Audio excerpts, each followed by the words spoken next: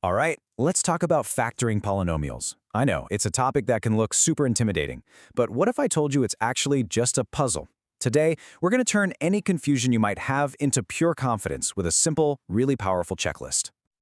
You ever stare at a problem like this and your brain just kinda freezes? You don't even know where to begin? Yeah, you are definitely not alone. It's a super common feeling. But here's the thing. What if you had a mental game plan? A reliable checklist you could pull out every single time to guide you straight to the answer? Well, that is exactly what we are going to build today. So, here's our roadmap. We'll start with the big picture, the factoring puzzle. Then we'll dive right into our checklist, finding the GCF, handling simple trinomials, then the more complex ones, and finally, spotting those special cases. So try not to think of this as just memorizing a bunch of random formulas. It's more like building a decision-making tree in your head. It's a mental checklist you can apply to pretty much any factoring problem you'll ever run into in algebra. And here it is. This is our master checklist. It is so important to follow these steps in order every single time. Start at number 1, work your way down. This is your roadmap from problem to solution.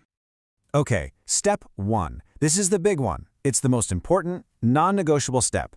Always check for a greatest common factor, or GCF. You start here no matter what the polynomial looks like.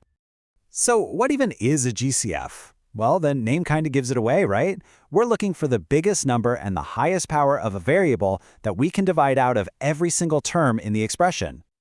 Theory is good, but let's look at a real example to see how this works. Here we have 4x cubed minus 8x squared. Our goal is to find the biggest thing these two terms have in common. Let's break this down into two little mini puzzles. First, just look at the numbers, 4 and 8. What's the biggest number that goes into both? Easy, it's 4. Okay, now for the variables. We have x to the third and x to the second. What's the most they share?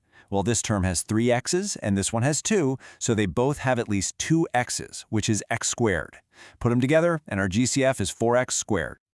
Now that we've found our GCF, we just pull that 4x squared out to the front. To figure out what's left inside the parentheses, we divide each original term by it. So 4x cubed divided by 4x squared just leaves us with x, and negative 8x squared divided by 4x squared leaves a negative 2. And there it is, our factored form. Okay, step 1 is done. Let's move on to step 2. After you check for a GCF, you might be left with a trinomial. You know, a polynomial with 3 terms, and there are 2 main types you need to look for. The difference is actually really simple. It's all about the number in front of the x squared term. If that number is just an invisible 1, we call it a simple trinomial. If it's any other number, a 2, a 5, a negative 3, whatever, it's a complex trinomial. Let's tackle the simple case first. Here is a perfect example. X squared plus x minus 6.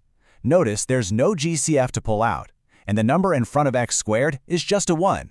This is a classic simple trinomial. So here's the puzzle we need to solve now. We have to find 2 numbers that multiply to the last term, which is negative 6, but also add up to the middle term's coefficient, which is positive 1.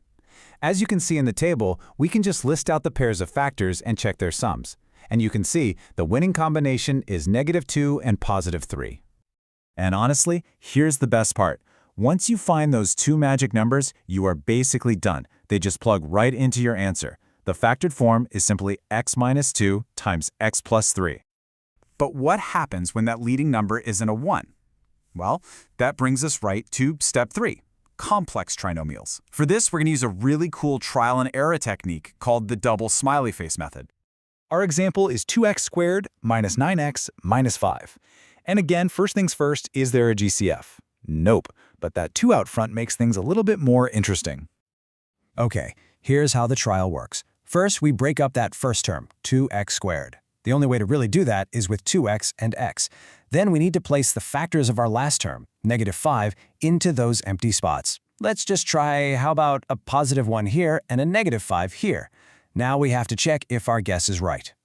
So to check our guess, we multiply the outer terms. That's 2x times negative 5, which gives us negative 10x. Then we multiply the inner terms. That's 1 times x, which is 1x. When we add them together, negative 10x plus 1x equals negative 9x. Hey, that is a perfect match for our middle term. We got it. Since our check worked out on the very first try, we know we have the right factors. The final answer is 2x plus 1 times x minus 5. And that brings us to the last step in our checklist. So, you've checked for a GCF, and you see it's not a trinomial at all. So what now? Well, you might have a special case, and this is all about pattern recognition. The most common special case you'll see is called the difference of two squares. If you have one perfect square minus another perfect square, it factors out beautifully into this pattern. For example, x squared is a perfect square, and so is 9. So x squared minus 9 factors perfectly into x plus 3 times x minus 3.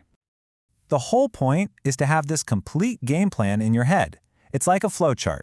You always start with the GCF, then you identify what's left. Is it a simple trinomial, a complex one, or a special case? Following these steps in order is the absolute key to solving these problems.